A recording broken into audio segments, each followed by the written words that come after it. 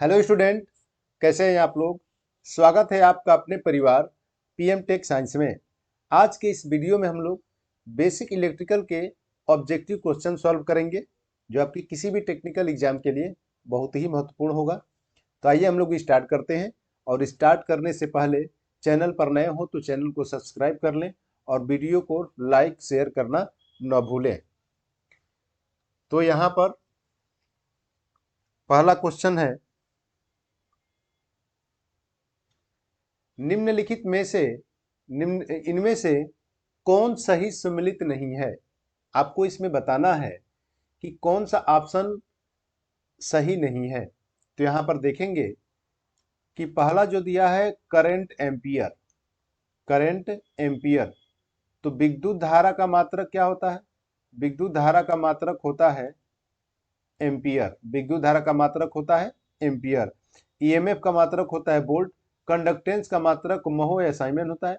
और प्रतिरोध का मात्रक होता है ओम। प्रतिरोध का मात्रक होता है ओम। तो यहां पर यही आपका ऑप्शन होगा जो सम्मिलित नहीं है या सही नहीं है। नेक्स्ट आपका क्वेश्चन है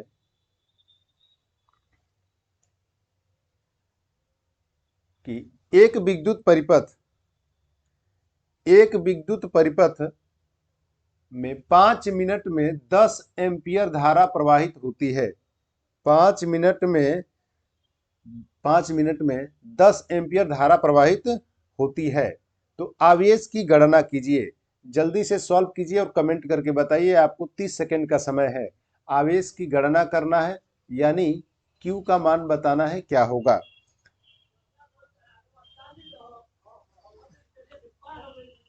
एक परिपथ में 5 मिनट में 10 एम्पियर धारा प्रवाहित होती है, तो आवेश की गणना कीजिए कितना होगा। यहां पर आपको हिंट दे रहे हैं। यहां पर टी का मान कितना दिया है? 5 मिनट। टी का मान कितना दिया है? 5 मिनट। तो इसको सेकंड में बदलेंगे तो 5 इंटू 16 और यहाँ पर कितना हो जाएगा? 300 सेकेंड। इसके बाद यहाँ पर आपका धारा दिया है आई का मान 10 एम्पियर। धारा का मान दिया है 10 एम्पियर और आवेश की गणना कीजिए। तो यहाँ पर कितना हो जाएगा? पहला ऑप्शन दिया है 50 गुलाम, दूसरा ऑप्शन दिया है 300 गुलाम, तीसरा है 3000 गुलाम और डी ऑप्शन है 600 गुलाम। तो यहाँ पर कितना हो जाएगा? Q इक्वल टू फार्मूला होता है आई टी। तो यहाँ पर आई का मान हो जाएगा 10 और यहाँ पर गुणा करेंगे 300 से, टी का मान रखेंगे तो ये कितना हो जाएगा? 3000 गुलाम। तो यहाँ पर कौन सा ऑप्शन? सी ऑप्शन करेक्ट होगा। और आवेश की प्रवाह दर को क्या कहते हैं? धारा। तो यहीं से आपका फार्मूला मिल जाता है। और Q equal to N EV होता है। ये आपका चार्ज हो जाएगा आवेश, और n जो है ये नंबर ऑफ इलेक्ट्रॉन को व्यक्त करता है, इलेक्ट्रॉन की संख्या को। और ये जो है इलेक्ट्रॉन का आवेश, इलेक्ट्रॉन का क्या होता है? आवेश होता है। ठीक है। नेक्स्ट क्वेश्चन है आपका, 5 ओम प्रतिरोध की चालकता कितनी होगी? 5 ओम प्रतिरोध की चालकता कितनी होगी? जल्दी से कमेंट करके बताइए। 5 ओम वाले प्रतिरोध की चालकता कितनी होगी? तो आर का मान दिया है 5 ओम। आर का मान कितना दिया है? 5 ओम। यहां पर आपसे पूछ रहा है चालकता। चालकता को व्यक्त करते हैं कैपिटल जी से कंडक्टेंस, और जो कंडक्टेंस होता है ये व्युत्क्रमानुपाती होता है किसके? आर के। तो G इक्वल टू 1 अपान में आर का मान 5 रखेंगे तो ये कितना हो जाएगा? 0.2। 0.2 साइमन में दिया है या महो भी हो सकता है। तो यहाँ पर कौन सा ऑप्शन हो जाएगा? बी। जो भी डाउट हो आप कमेंट करके जरूर बताएं और वीडियो को ज्यादा से ज्यादा आप शेयर करें। नेक्स्ट, निम्न में से निम्न में से सबसे हल्का कण कौन सा है? निम्न में से सबसे हल्का कण कौन सा है? तो यहां पर पहला दिया है इलेक्ट्रॉन, दूसरा प्रोटॉन, तीसरा न्यूट्रॉन और डी ऑप्शन दिया है इनमें से कोई नहीं। डी ऑप्शन दिया है कोई नहीं। तो सबसे हल्का कण आपका होता है इलेक्ट्रॉन। सबसे हल्का कण कौन सा होता है? इलेक्ट्रॉन। और इसका चार्ज होता है -1.6 गुणे 10 का पावर -19 कूलाम। ठीक है। नेक्स्ट, परिपथ के दो बिंदुओं के बीच, परिपथ के दो बिंदुओं के बीच धारा प्रवाह नहीं होगा यदि क्या होगा?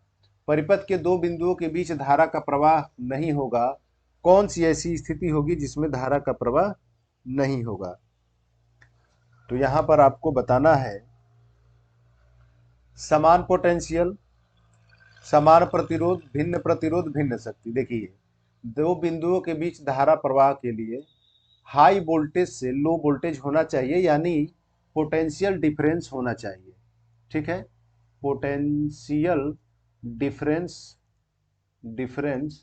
होना चाहिए। तो यहां पर समान पोटेंशियल अगर होता है तो विद्युत धारा का प्रवाह यहां पर क्या कारण नहीं होगा। ठीक है, तो समान पोटेंशियल पर विद्युत धारा का प्रवाह नहीं होता है। विद्युत धारा का प्रवाह होने के लिए पोटेंशियल डिफरेंस होना चाहिए, अंतर होना चाहिए, उच्च वोल्टेज से निम्न वोल्टेज की तरफ धारा का प्रवाह होता है। नेक्स्ट यहां पर दिया है कि विभवांतर का मात्रक क्या होता है? विभवांतर का मात्रक क्या होता है? यहां पर दिया हुआ है कि विभवांतर का मात्रक क्या होता है। तो V इज इक्वल टू होता है W/Q। वैसे विभव बराबर वोल्ट भी होता है, लेकिन यहाँ पर यूनिट जिस हिसाब से दिया है तो इसका मात्रक हो जाएगा जूल, कार्य का मात्रक जूल, और Q का मात्रक हो जाएगा कूलाम। ठीक है, तो ये हो जाएगा जूल प्रति कूलाम, यानी ऑप्शन नंबर ए सही होगा। नेक्स्ट, यहां पर दिया है 7 नंबर, निम्न इकाइयों पर विचार करिए।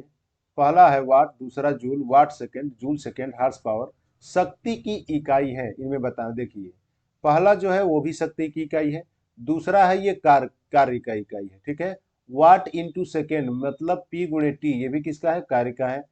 यहाँ पर जूल प्रति सेकेंड W/T मतलब 4 नंबर जो ऑप्शन है वो भी शक्ति का है। P इक्वल टू क्या होता है? W/T। और ये हार्स पावर जो है ये भी किसका है? शक्ति का है। तो 1 4 5, तो कौन सा ऑप्शन सही हो जाएगा? बी आपका करेक्ट आंसर। नेक्स्ट, एक एच किसके बराबर होता है? किसके बराबर होता है? तो यहां पर एक एच किसके बराबर होगा? तो यहां पर 1 एम्पियर, और हावर के लिए कितना होता है? 60। तो उसको सेकेंड में बदलेंगे तो कितना हो जाएगा? 60। ठीक है, तो 1 हावर में 60 मिनट, और फिर उसको बदल देंगे तो कितना हो जाएगा? 60 सेकेंड से गुणा करेंगे तो ये आपका हो जाएगा 3600 कूलाम। कितना हो जाएगा? 3600 कूलाम हो जाएगा। ठीक है, 1 घंटे में 60 मिनट, और फिर 60 से गुणा करेंगे, सेकेंड में उसको चेंज करेंगे। नेक्स्ट, निम्न कथनों पर विचार करिए। दबी हुई स्प्रिंग में गतिज ऊर्जा होती है। दबी हुई स्प्रिंग में गतिज ऊर्जा होती है। और दूसरा दिया है कि स्थिति के कारण वस्तु में ऊर्जा स्थितिज ऊर्जा कहलाती है। ऊर्जा स्थितिज ऊर्जा कहलाती है। तो यहाँ पर देखिए, दबी हुई स्प्रिंग में गतिज ऊर्जा, स्थिति के कारण वस्तु की ऊर्जा स्थितिज ऊर्जा कहलाती है।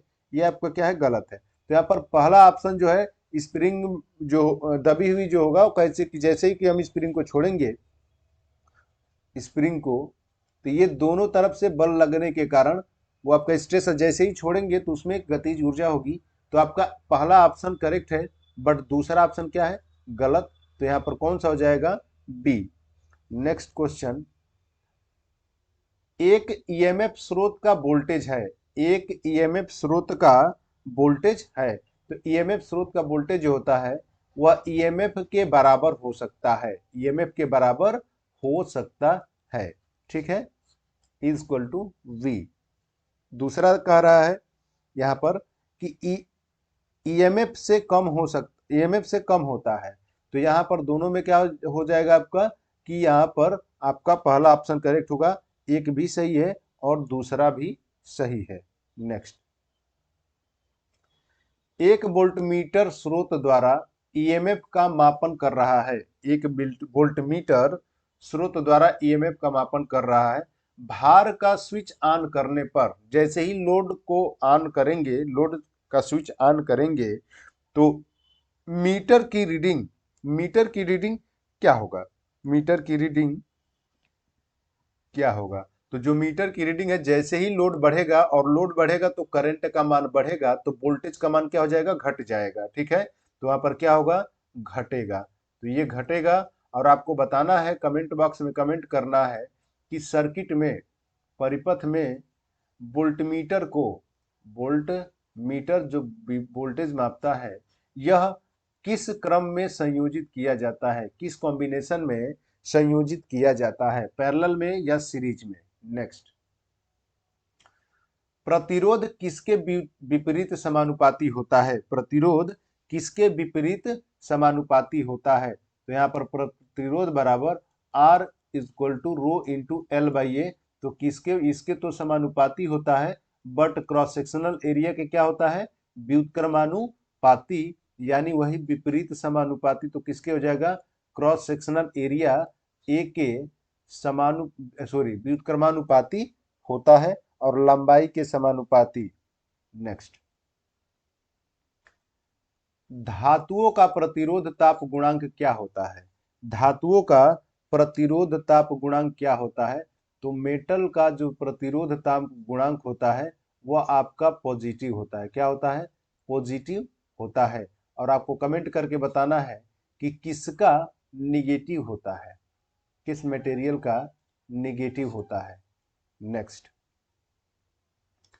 एक तार को खींचकर उसकी लंबाई दोगुनी की जाती है। एक तार है, इसको खींच करके लंबाई ये L था, तो इस लंबाई को हम क्या कर दिए हैं, दो गुना। तो टोटल लंबाई कितना हो जाएगा, 2L, दो गुना कर दिए। नया प्रतिरोध क्या होगा, देखिए R इक्वल टू होता है rho into L by A. R equal to क्या हो जाएगा, रो इंटू एल बाई ए।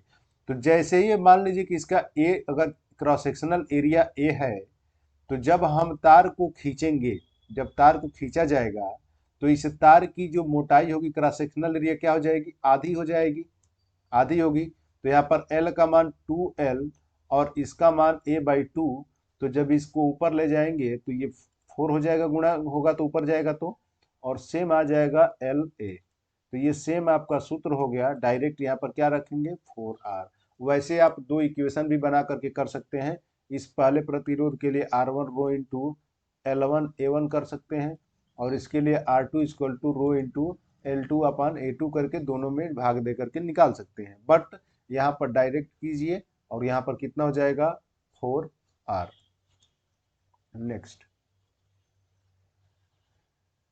समान धातु तथा लंबाई के दो तारों का व्यास एक संबंधे 2 है। कितना है, एक संबंधे 2।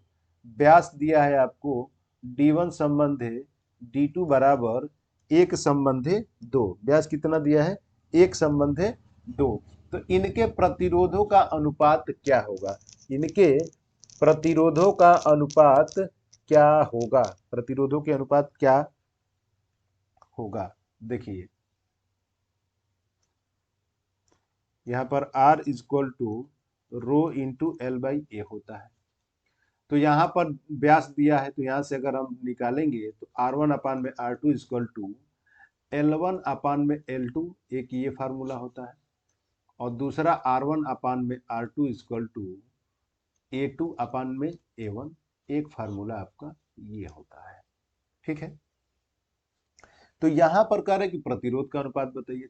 समान धातु है, लंबाई के दो तारों का व्यास D1 D2 दिया है।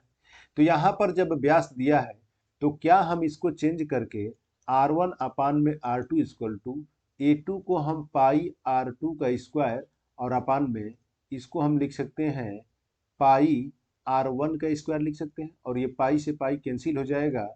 तो ये R1 अपान में R2 इक्वल टू हम यहाँ पर R2 अपान में R1 लिख सकते हैं, और इसका होल स्क्वायर हो जाएगा। और ऊपर नीचे अगर हम दो दो से गुणा कर दें, ऊपर नीचे अगर दो दो से गुणा कर दें, तो जो त्रिज्या होता है वो व्यास का होता है आधा। व्यास का क्या होता है, आधा। तो त्रिज्या करेंगे दो गुना तो व्यास के बराबर, तो हम D2 अपान में D1 का क्या लिख सकते हैं, स्क्वायर लिख सकते हैं। तो यहाँ पर R1 संबंध है R1 बटा में R2, और जब ये D1 संबंध है D2 दिया तो इसका व्युत्क्रम करेंगे, तो यहाँ पर मान रखेंगे तो 2 बटा में 1 का स्क्वायर, और ये कितना हो जाएगा, 4 संबंधे 1। कितना हो जाएगा, 4 संबंधे 1 यहाँ पर आंसर होगा। ठीक है, जो भी अगर कैलकुलेशन गड़बड़ हो, चाहे जो भी हो, आप डिटेल ध्यान से देख लीजिएगा। अगर आपको कोई भी डाउट लग रहा है तो आप कमेंट करके बता सकते हैं, ठीक है, रॉन्ग या राइट जो भी हो। नेक्स्ट, किसी चालक तार का व्यास दोगुना करने पर उसमें से प्रवाहित धारा होगी, उसमें से प्रवाहित धारा होगी।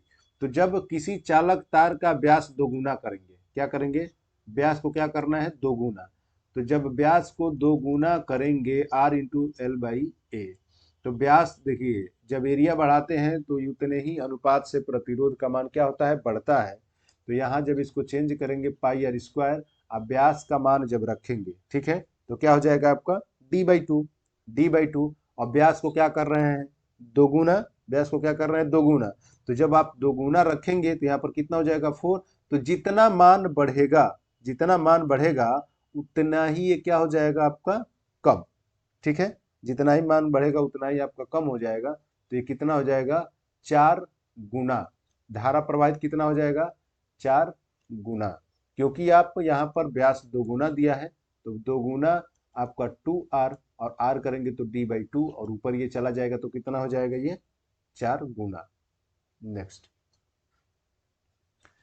1.6 कूलाम आवेश में इलेक्ट्रॉनों की संख्या कितनी होगी। आपको कमेंट करके बताना है कि 1.6 कूलाम में आवेशों की संख्या कितनी होगी। ये 10 का पावर माइनस है, कितना दिया, सॉरी, ये दिया है 1.6 कूलाम, ठीक है, 1.6 कूलाम। तो आपको n का मान बताना है। तो Q इक्वल टू क्या होता है, Ne, Q इक्वल टू क्या होता है, Ne, 1.6, n का मान ज्ञात करना है, और इलेक्ट्रॉन का मान होता है 1.6 गुणे 10 का पावर माइनस 19, डिवाइड करेंगे तो 1.6 बटे में 1.6 गुणे 10 का पावर माइनस 19, ये कट जाएगा और ऊपर चला जाएगा तो 10 का पावर क्या हो जाएगा, 19। तो कौन सा हो जाएगा यहाँ पर, C। नेक्स्ट, प्रोटॉन पर आवेश कितना होता है, प्रोटॉन पर आवेश कितना होता है। तो प्रोटॉन पर और इलेक्ट्रॉन पर सेम आवेश होता है, बट प्रोटॉन होता है आपका धनात्मक और इलेक्ट्रॉन क्या होता है, ऋणात्मक। नेक्स्ट, परमाणु के नाभिक में होते हैं, परमाणु के नाभिक में होते हैं, कमेंट बॉक्स में कमेंट कीजिए और बताइए कि परमाणु के नाभिक में होते हैं, ठीक है। नेक्स्ट, कौन सा ऑप्शन करेक्ट होगा इसमें। और लास्ट क्वेश्चन है कि 660 जूल कार्य करने के लिए 110 वोल्ट विभवांतर वाले बैटरी द्वारा कितना आवेश दिया जाना चाहिए। तो यहाँ पर W का मान कितना दिया है, 660 जूल, W का मान कितना दिया है, 660 जूल। विभवांतर का मान कितना दिया है, 110 वोल्ट, विभवांतर का मान कितना दिया है, 110 वोल्ट। आवेश कितना दिया जाना चाहिए। तो V इक्वल टू क्या होता है, W में Q।